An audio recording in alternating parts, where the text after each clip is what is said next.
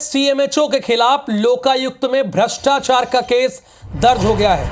कांग्रेस नेता पुनीत टंडन की शिकायत पर केस दर्ज हुआ है। कांग्रेस नेता पुनीत टंडन ने मार्च 2024 में शिकायत दर्ज कराई थी।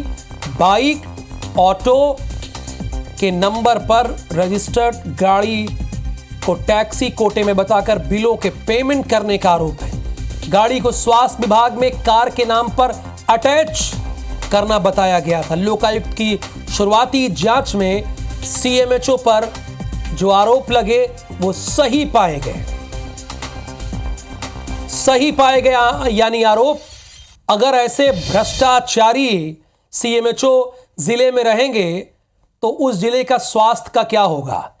और ये तो भ्रष्टाचारी जो है सीएमएचओ, ये तो मध्य प्रदेश की राजधानी में बैठा हुआ था और ये पैसा कमाने का जुगाड़ अपना रखा था कि कैसे पैसा कमाया जाए। जरा दुष्यंत पाराशर, इस भ्रष्टाचारी सीएमएचओ की कहानी पूरी बताइए।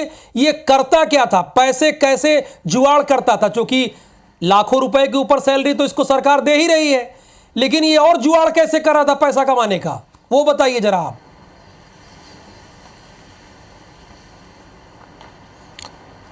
हाँ बिल्कुल राहुल, देखिए पूरा मामला जो है वो लंबे समय से चल रहा था। वो घोल-घाल जो है वो लंबे समय से चलने के साथ ही जब इस बात की जानकारी जो है एमपी कांग्रेस के आरटीआई प्रकोष्ठ के अध्यक्ष जो पुनीत टंडन है उनको लगी, तो उन्होंने इस पूरे मामले में अपने स्तर पर आरटीआई जो है वो लगाकर जानकारी मांगी। जब जानकारी मांगी गई और जानकारी निकल कर सामने आई तो कहीं ना कहीं वो कान खड़े कर देने वाली जानकारी थी, क्योंकि यहाँ पर ऑटो और बाइक के नंबर जो है वो यहाँ पर दफ्तर में लगाई गई फोर व्हीलर्स के नंबर पर अंकित किए गए थे और फोर व्हीलर्स की बताकर टू व्हीलर और ऑटो को पेमेंट यहाँ पर किया जा रहा था। लंबा समय हो गया है, इसको लगभग 4 से 5 सवाल का जवाब दीजिए।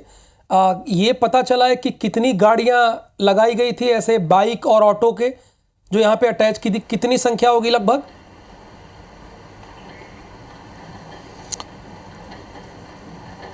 हाँ देखिए, बड़ी संख्या इसमें बताई जा रही है। लगभग 8 से 10 गाड़ियां यहाँ पर बताई जा रही हैं कि जो लगाई गई थी। इसके अलावा भी कई सारी और जगह पर गाड़ियां जो है वो अटैच की गई थी। तो ऐसे में बहुत बड़ा मामला इसको कहा जा सकता है। ये अकेले एक ज़िले की कहानी नहीं है, ये केवल खुलासा एक ज़िले का हुआ है। इसके अलावा भी कई सारे ज़िले इसकी जद में आते हैं, क्योंकि जिस तरीके से आरटीआई प्रकोष्ठ के जो अध्यक्ष है पुनीत टंडन, जब हमारी उनसे चर्चा हुई थी तो उन्होंने ये बात को भी साफ किया था कि ये पूरा जो घोल-घाल है वो भोपाल ज़िले तक ही सीमित नहीं है।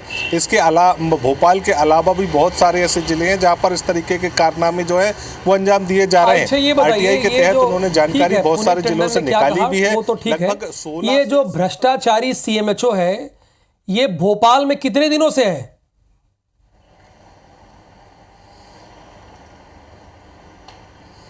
देखिए लगभग 3 से 3.5 साल इनको हो चुके हैं यहाँ पर पदस्थ हुए, और जिस तरीके से लगातार ये स्वास्थ्य विभाग में पदस्थ हैं और राजधानी भोपाल की खासतौर से देखें तो सीएमएचओ के पद पर पदस्थ होने के चलते लगातार स्वास्थ्य व्यवस्थाओं को सुचारू बनाए रखने के लिए बात जो है सीएमएचओ करते हुए नजर आते हैं।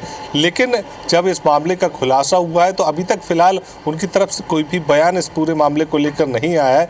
लोकायुक्त पुलिस ने एफआईआर दर्ज की है और एफआईआर दर्ज करने के बाद इस पूरे मामले में जो जांच है वो लोकायुक्त अपने स्तर पर करने जा रही है। जब इस पूरे मामले की जांच होगी तो बहुत सारे और भी खुलासे जो है इस खुलासे के माध्यम से होते हैं। और हमारे संवाददाता दुष्यंत बता रहे हैं कि इसके आगे भी यानी और कई जिले हैं जहां ऐसे ही भ्रष्टाचारी सीएमएचओ हो सकते हैं। ध्यान दीजिएगा, हम बाकी को जरूरी नहीं कि उनको टारगेट कर रहे हैं, वो हो सकते हैं, लेकिन ये भोपाल का भ्रष्टाचारी सीएमएचओ तो हद कर दिया। असल में जनता, जितने दर्शक हमारे देख रहे हैं, मैं उनको बता दूं, इसने बाइक का नंबर लगा रखा था अपने ऑफिस में। इसने कहा यह था कि गाड़ी अटैच है स्वास्थ्य विभाग में, लेकिन वो बाइक था। और सोचिए ये 40 से 50 हजार रुपए ऐट रहा होगा स्वास्थ्य विभाग से। और जैसा कि हमारे संवाददाता ने बताया है कि ऐसी 6 से 8 गाड़ियां इसकी थी, यानी बाइक ऑटो के नंबर इसने स्वास्थ्य विभाग में अटैच करा रखे थे। अगर 2-4 ऐसे भ्रष्टाचारी सीएमएचओ कहीं और मिल जाएं तो स्वास्थ्य विभाग का तो बेड़ा ही गर्क हो जाएगा।